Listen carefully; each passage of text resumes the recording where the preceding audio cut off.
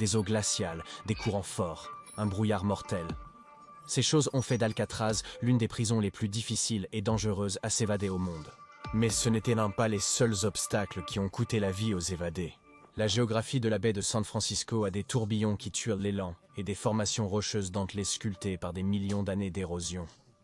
Alcatraz a été conçue comme une forteresse, elle a ensuite été transformée en prison, car les eaux environnantes et les caractéristiques géologiques formaient des obstacles naturels qui maintenaient les prisonniers enfermés. Participez à notre exploration de la géographie dangereuse d'Alcatraz. Alcatraz, également connu sous le nom de The Rock, se situe à environ 1,25 miles ou 2 km du continent de Californie. L'île mesure environ 22 acres ou 9 hectares. Au sud se trouve San Francisco. À l'est se trouve l'île au trésor et Oakland. Cependant, pour tous les détenus cherchant à s'échapper d'Alcatraz, c'était la caractéristique à l'ouest qui représentait le plus grand danger. Ici, le détroit du Golden Gate ouvre la baie de San Francisco sur l'océan Pacifique. C'est ce passage étroit qui crée beaucoup de caractéristiques naturelles mortelles autour d'Alcatraz. Alors remontons dans le temps pour comprendre pourquoi l'île est telle qu'elle est.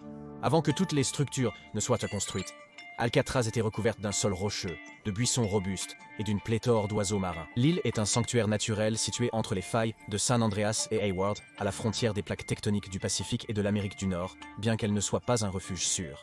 Ces caractéristiques géologiques rendent la région sujette à de graves tremblements de terre, comme le tremblement de terre de San Francisco de 1906 qui a coûté la vie à 3000 individus et a enregistré un 7,9 sur l'échelle de Richter. Toutefois, Alcatraz, de par sa formation, sert de refuge sûr durant les événements géologiques. C'est presque entièrement du rocher solide avec très peu de sédiments et ancré dans le socle du fond de la baie, ce qui réduit la quantité de stress sismique imposée à l'île. Alcatraz a été créé il y a environ 100 millions d'années, lorsque la plaque de Farallon qui n'existe plus a été poussée sous la plaque nord-américaine dans une zone de subduction. Ce processus a mené à l'élévation de la plaque nord-américaine, formant des montagnes le long d'une faille. Alcatraz était une montagne. Analysons maintenant les 3 raisons spécifiques qui expliquent pourquoi la géographie et la géologie de l'île d'Alcatraz rendaient l'évasion des prisonniers si difficile. 1. Les caractéristiques de l'île. Les falaises d'Alcatraz atteignent une hauteur de 50 pieds, soit 15-25 mètres. Il y a de petites plages, des criques et des grottes qui ont été creusées dans l'île par les vagues et les vents intenses. Mais pour la plupart, Alcatraz n'est rien d'autre que du grès pur. Même dans les meilleures circonstances, les parois rocheuses naturelles de l'île sont difficiles à traverser. Un détenu tentant une évasion rapide peut avoir du mal à s'orienter.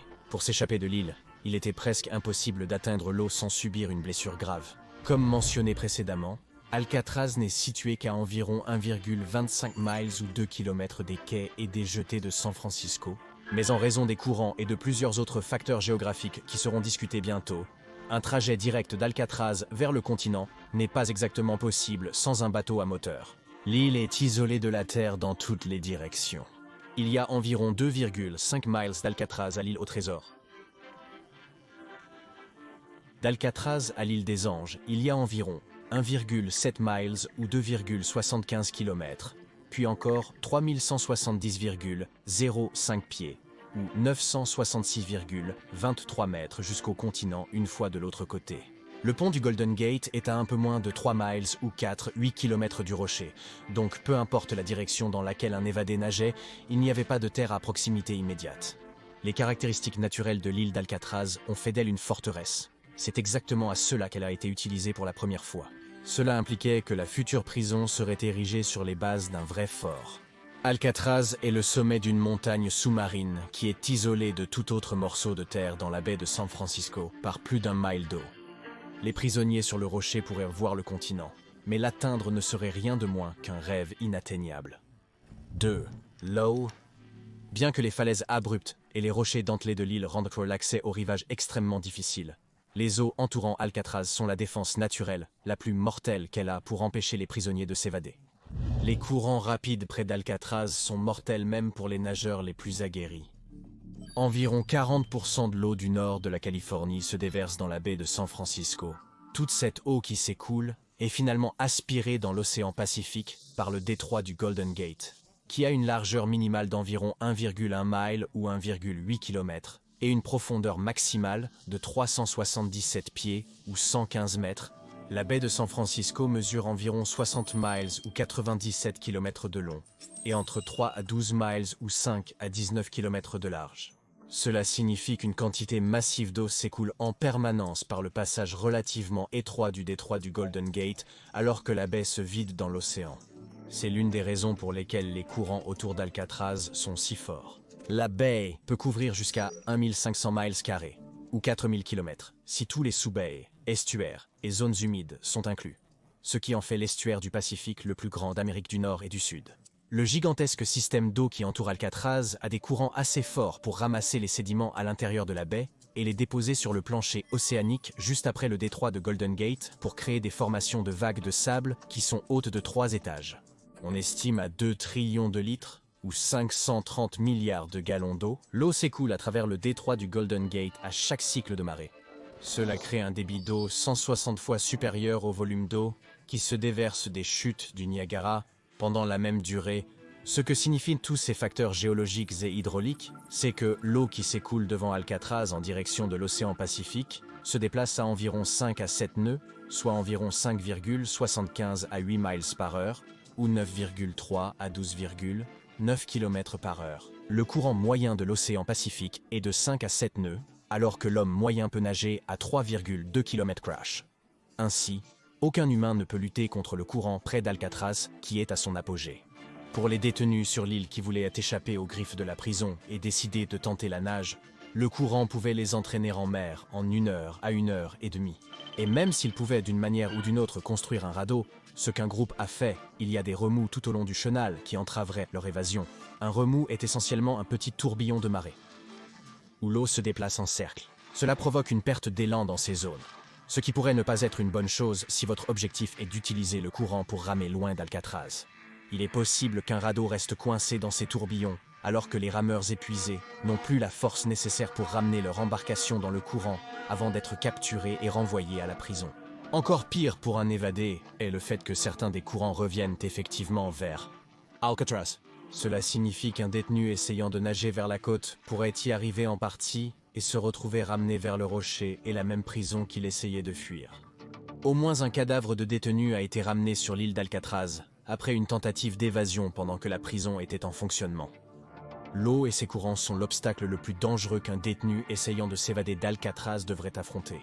Cependant, ces éléments ne sont pas les plus effrayants. Des prédateurs se cachent dans les profondeurs de la baie de San Francisco. En 1959, un grand requin blanc a attaqué et tué un étudiant universitaire dans la baie. Puis, en 2015, un autre grand requin blanc a été filmé en train de surgir des eaux au large d'Alcatraz, alors qu'il refermait ses mâchoires sur un phoque nageant à proximité. Donc, en plus des courants mortels, toute personne essayant de s'échapper d'Alcatraz courait le risque d'être attaquée par le prédateur suprême des océans. 3. La météo. La température de l'air autour d'Alcatraz varie tout au long de l'année. Entre juin et octobre, la température moyenne est de 69 degrés Fahrenheit, soit 20,6 degrés Celsius. Cependant, la température peut fluctuer entre 72 et 58 degrés Fahrenheit, soit entre 22,2 et 14,4 degrés Celsius pendant cette période. Pendant les mois les plus frais de décembre à février, la température moyenne peut descendre jusqu'à 46 degrés Fahrenheit, soit 7,8 degrés Celsius. Les basses températures signifient qu'un évadé sortant des eaux glaciales de la baie de San Francisco devrait immédiatement trouver un abri et un moyen de se réchauffer pour empêcher son corps de tomber en hypothermie. Toutefois, la température de l'air n'est qu'un aspect du problème. La température de l'eau autour d'Alcatraz est si froide qu'elle choquerait le corps du détenu évadé, et s'il s'aventurait dans la baie au mauvais moment de l'année, l'hypothermie pourrait s'installer bien avant qu'il n'atteigne la rive. La température de l'eau autour d'Alcatraz dépasse rarement 56 degrés Fahrenheit, soit 13,3 degrés Celsius. Cela signifie qu'à n'importe quel moment de l'année, le corps d'un détenu pourrait rentrer en hypothermie après seulement quelques heures dans l'eau. Toutefois, de janvier à juin, la température de l'air n'est qu'une partie du souci. La température de l'eau ne dépasse généralement pas 53 degrés Fahrenheit, soit 11,7 degrés Celsius, ce qui signifie que l'hypothermie pourrait s'installer en moins d'1 heure. L'eau froide dans la baie est causée par l'upwelling, c'est-à-dire la remontée d'eau froide et riche en nutriments du fond de l'océan vers la surface.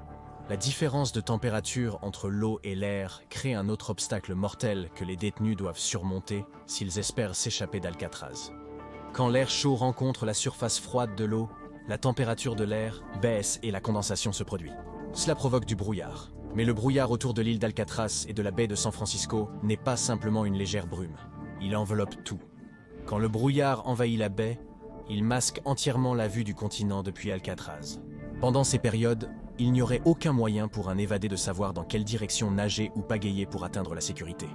Dans ces conditions, il serait plus probable que la personne soit emportée en mer bien avant qu'elle ne puisse atteindre la terre. Le brouillard à Alcatraz peut être si intense qu'il en devient dangereux. On pense qu'il a causé plusieurs naufrages dans la région.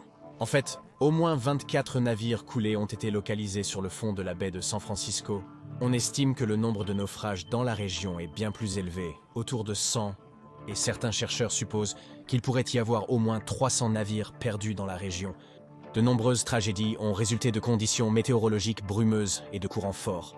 Avant de plonger dans plusieurs tentatives d'évasion d'Alcatraz de détenus, nous devons examiner l'histoire de l'île et comment elle est devenue le lieu, hébergeant la prison la plus infâme et crainte du pays. Il convient de noter que, pendant son fonctionnement, personne n'a été reconnu comme ayant réussi à s'échapper de l'île et à rester vivant pour le raconter. Cependant, nous savons qu'il y a 3 détenus qui ont atteint les eaux de la baie de San Francisco, mais leurs corps n'ont jamais été retrouvés. Nous examinerons plus tard comment ces hommes ont réussi à sortir de prison et à atteindre l'eau. Toutefois, les probabilités qu'ils aient atteint la rive en vie sont quasi nulles. L'histoire de l'île d'Alcatraz commence bien avant que les colons européens ne se rendent sur la côte pacifique de l'Amérique du Nord. Pendant la dernière ère glaciaire, il y a plus de 11 000 ans, ce qui est maintenant la baie de San Francisco, était une vallée avec une série de collines et de rivières qui la traversaient. Durant les milliers d'années suivantes, la température terrestre a augmenté. Vers 7000 ans avant notre ère, les calottes glaciaires et les glaciers avaient fondu, déversant d'énormes quantités d'eau dans les océans. Cela a provoqué une montée du niveau de la mer d'environ 300 pieds. L'eau de l'océan s'est déversée dans la vallée, créant ce qui deviendrait la baie de San Francisco. Cependant, le sommet de quelques montagnes est resté au-dessus de l'eau, dont l'une était l'île d'Alcatraz. Avant l'inondation, les humains avaient migré de l'Asie vers les Amériques. Certains ont suivi les calottes glaciaires et les rivages le long de la côte et ont progressé de plus en plus vers le sud. D'autres ont traversé la passerelle terrestre du Bering, qui existait entre la Sibérie et l'Alaska, suivant la migration de gros gibiers comme le mammouth laineux. Avant la conquête européenne, environ 10 000 personnes indigènes, appartenant à la tribu Ohlone, vivaient dans la région qui allait plus tard être nommée la baie de San Francisco.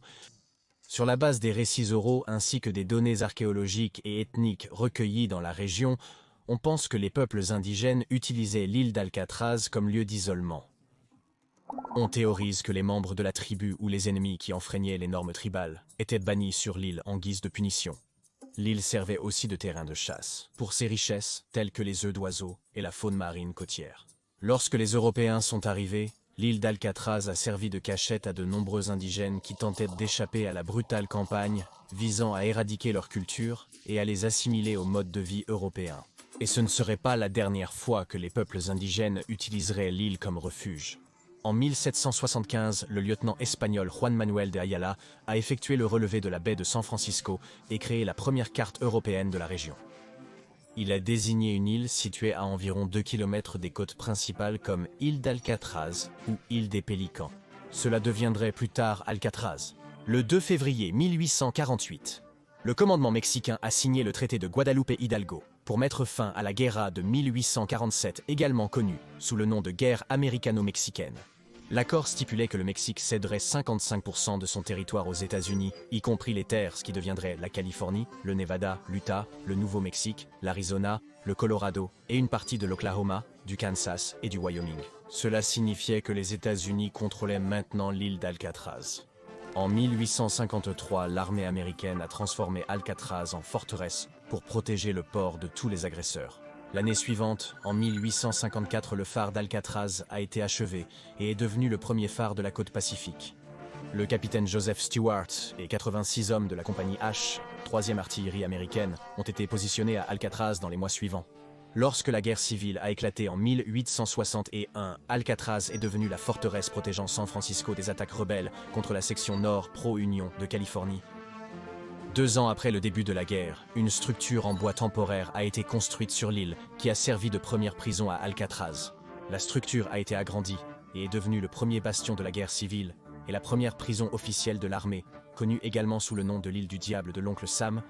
En 1895, 19 membres de la tribu Hopi ont été expédiés à l'île d'Alcatraz pour avoir résisté au programme d'assimilation culturelle forcée mené sous le voile de ce que les États-Unis appelaient des pensionnats fédéraux. En raison de la surpopulation pendant la guerre hispano-américaine, la prison supérieure a été construite sur l'île. En 1912, la troisième prison encore présente aujourd'hui fut construite par la main-d'œuvre composée de détenus. Les prisonniers ont ensuite habité la structure qu'ils ont aidé à construire.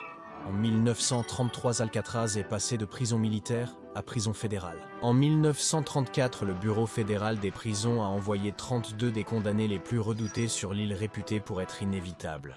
En août 1934, les structures de la prison sur l'île ont été modernisées et fortifiées. De nombreux officiels ont déclaré qu'Alcatraz était la prison la plus solide des États-Unis. Au cours des années suivantes, des criminels de haut profil ont été continuellement envoyés à Alcatraz, y compris Al Capone, George Machine Gun Kelly, Robert Stroud, également connu sous le nom de l'homme-oiseau d'Alcatraz, et James Whitey Bulger. Bien que la prison puisse accueillir jusqu'à 450 détenus, il était rare qu'il y ait plus de 250 détenus dans l'établissement à un moment donné. Ils vivaient dans des cellules de 3 mètres sur 1,5 mètre, dont ils n'étaient autorisés à sortir que pour accomplir les tâches qui leur étaient assignées pour la journée. Dans les années 1950, il est devenu évident que la gestion et l'entretien de la prison isolée sur l'île d'Alcatraz devenaient coûteux. En 1959, un rapport a conclu que le fonctionnement d'Alcatraz coûtait 3 fois plus cher que celui d'une prison comparable sur le continent.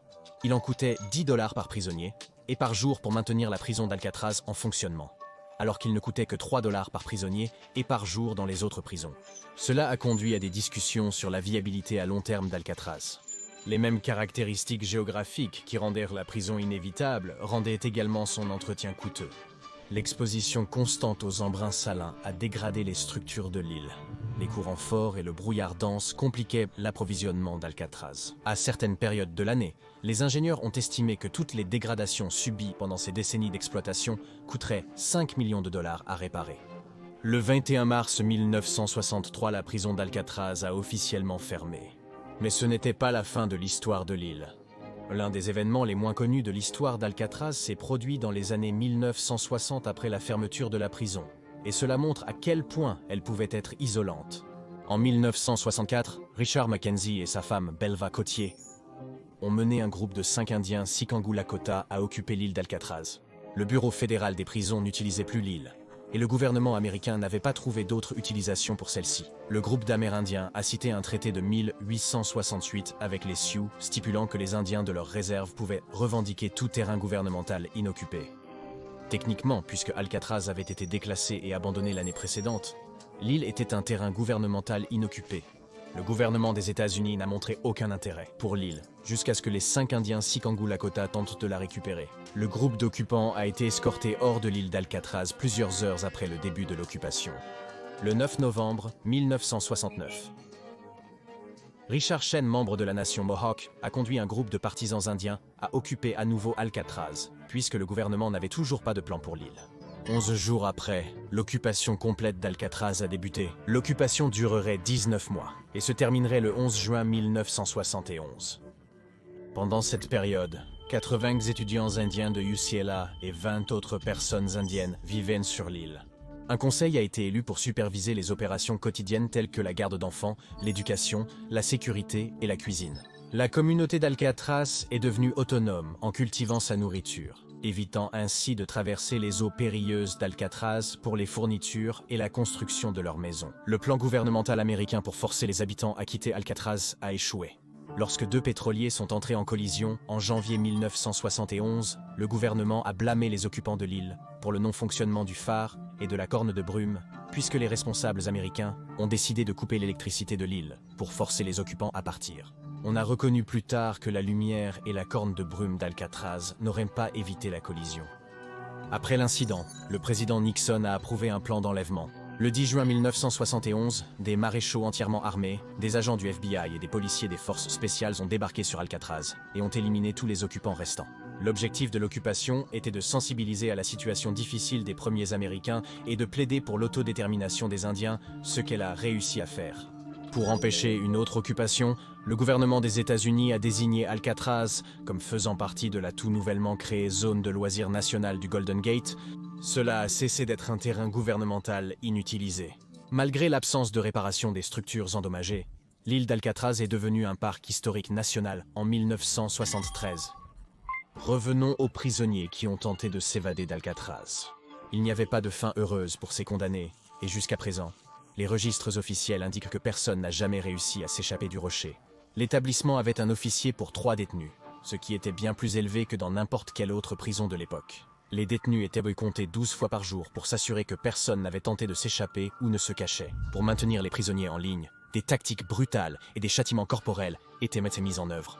Mais peut-être que l'aspect le plus décourageant d'Alcatraz pour les prisonniers était qu'ils pouvaient avoir la ligne d'horizon de San Francisco depuis l'île. C'était un rappel constant qu'ils étaient piégés sans aucun espoir réel d'évasion. La première tentative d'évasion a eu lieu le 27 avril 1936. Joseph Bowers travaillait à l'incinérateur, brûlant les déchets, quand il a couru vers une clôture en chêne à la périphérie de l'île. Il a tenté l'escalade, mais les gardiens l'ont vu et ont ordonné aux prisonniers de stopper. Bowers a refusé et a été abattu. Il est tombé de plus de 50 pieds au sol et est mort. Il n'est pas allé très loin, mais cela a montré que les prisonniers étaient prêts à risquer leur vie pour sortir du rocher, même si s'échapper des murs de la prison était la partie facile. Les eaux froides de la baie de San Francisco étaient le véritable obstacle, comme le découvriront plusieurs évadés dans les années à venir. 4 autres détenus ont tenté de s'évader, comme Bowers, sans succès. Les gardiens ont abattu un prisonnier et ont contrecarré les tentatives d'un autre. Puis le 14 avril 1943, Jack Borman, Harold Martin, Brest Floyd, Garland Hamilton et Frédéric Jean Chasseur se sont échappés par une fenêtre dont ils avaient coupé les barreaux dans le bâtiment des industries. Ils ont assommé et ligoté 2 gardiens. Néanmoins, un gardien s'est éveillé et a pu siffler. Les gardiens de la tour ont été alertés de l'évasion et ont repéré les évadés. Ils ont ouvert le feu sur les hommes. Borman a été touché par une balle et est tombé dans l'eau. Il flottait haut et bas dans les vagues sombres de la baie de San Francisco. Brest a nagé jusqu'à Borman et l'a maintenu à flot, mais quand les gardes sont arrivés en bateau, Brest a lâché Borman qui a sombré dans la baie. Brest a été remonté à bord et ramené à Alcatraz. Hunter avait été blessé en essayant de traverser les rochers tranchants le long de l'une des falaises de l'île. En commençant à nager, Hunter a compris qu'il n'atteindrait pas la rive. Il s'est réfugié dans une grotte à Alcatraz, mais a été trouvé par les gardes 2 heures plus tard en suivant sa trace de sang jusqu'à l'entrée. Comme Hunter, Hamilton a aussi tenté de s'échapper en nageant, mais a conclu qu'il n'irait pas loin. Il a été retrouvé après Hunter le matin. Cette tentative d'évasion a confirmé que s'échapper d'Alcatraz et survivre à la nage jusqu'à la rive était quasiment impossible. Le 2 mai, un groupe a initié la tentative d'évasion la plus violente à Alcatraz. 6 prisonniers nommés Bernard Coy, Joseph Kretzer, Samuel Shockley, Clarence Carnes, Marvin Hubbard et Myren Thompson se sont coordonnés pour submerger les gardiens dans leurs cellules. Ils ont volé les clés de l'un des officiers correctionnels et se sont dirigés vers la salle d'armes. Les détenus se sont rendus à la porte extérieure mais n'avaient pas la bonne clé pour l'ouvrir. Ils ont donc pris 2 gardiens en otage pour tenter de négocier leur liberté. Quand il est devenu évident que des renforts étaient arrivés et qu'il y avait peu de chances de s'échapper, les 2 otages ont été abattus à bout portant par Kretzer. Shockley, Thompson et Carnes, désespérés, sont retournés dans leurs cellules après les meurtres. Toutefois, Coy, Kretzer et Hubbard n'étaient pas encore prêts à se rendre. Les Marines américains ont débarqué sur Alcatraz et se sont joints aux gardiens dans le bloc où se trouvent les cellules. La fusillade a entraîné la mort de 17 gardiens et d'un prisonnier en cellule. Coy, Kretzer et Hubbard ont été tués. La dernière tentative d'évasion à Alcatraz a été faite par Jean-Paul Scott et Daryl Lee Parcier le 16 décembre 1962. Ces 2 prisonniers ont fabriqué une scie de fortune pour découper des barreaux d'une fenêtre de cuisine. Ils ont continué le long du bord de l'île et ont sauté dans les eaux glaciales entourant Alcatraz. Parker a atteint un petit îlot rocheux appelé Petit Alcatraz à environ 150 pieds ou 45,7 mètres de l'île principale. Les gardes l'ont découvert criant et faisant signe pour appeler à l'aide. L'eau froide et le courant étaient trop pour Parker, alors il a abandonné avant que la baie de San Francisco ne puisse lui prendre la vie. Jean-Paul Scott a respecté sa promesse à Alcatraz. Jean-Paul Scott a continué à nager. Le courant l'a emporté dans le détroit de Golden Gate et vers l'océan. Il a réussi à traverser le courant en diagonale jusqu'à Point Forte sous le pont du Golden Gate. Il tremblait de manière incontrôlable, souffrant d'hypothermie et d'épuisement. Découverts par des adolescents, ceux-ci ont alerté les gardes qui cherchaient Amon Scott. Ils l'ont ensuite emmené à l'hôpital général Letterman avant de le ramener à Alcatraz. Pendant quelques minutes, Scott est devenu la seule personne à s'évader d'Alcatraz, à surmonter les obstacles et à atteindre le continent.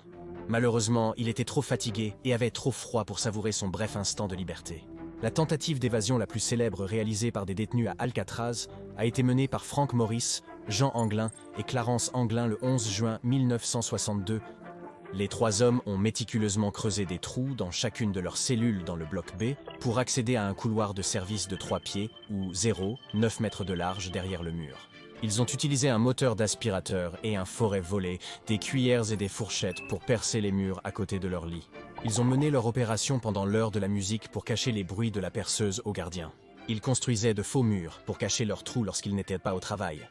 Ils ont également construit des mannequins complets, avec des têtes d'apparence réalistes, faites de plâtre et de papier mâché, et les ont couvertes de cheveux humains. Les 3 détenus ont acquis plus de 50 imperméables en caoutchouc de leurs co-détenus, qu'ils ont ensuite utilisés pour fabriquer un radeau. On croit que Morris et les frères Anglin ont embarqué sur leur radeau improvisé et ont pagayé sur la baie de San Francisco la nuit du 11 juin 1962. Les courants étaient particulièrement forts ce soir-là et l'eau était glaciale à 52 degrés Fahrenheit ou 11 degrés Celsius. Les archives officielles du FBI concluent que les hommes n'ont jamais atteint la rive et que leurs corps sans vie ont été emportés par la mer. Un certain nombre de vestes de pluie provenant du radeau et des gilets de sauvetage ont été retrouvés au fil des ans en lien avec la tristement célèbre évasion d'Alcatraz. Mais personne ne sait si les 3 hommes ont atteint la rive ou s'ils ont été engloutis par l'eau entourant Alcatraz. À l'heure actuelle, la plupart des preuves suggèrent que Morris et les frères Anglin ont péri lors de leur évasion d'Alcatraz. Il serait étonnant de croire que les hommes aient atteint sans danger la rive, vu la géographie d'Alcatraz et ses environs. L'île est à plus d'1 mile du continent. Les courants autour d'Alcatraz rendent à la natation ou la manœuvre d'un radeau presque impossible, et l'eau glaciale est suffisamment froide pour provoquer une hypothermie en quelques heures. La météo, la géologie et la géographie d'Alcatraz en ont fait l'une des prisons les plus redoutées de son époque. Et c'est pour ces raisons qu'il n'y a jamais officiellement eu d'évasion réussie. Maintenant, regardez, quel est l'endroit le plus sûr sur Terre? Ou consultez cette autre vidéo qui pourrait vous plaire.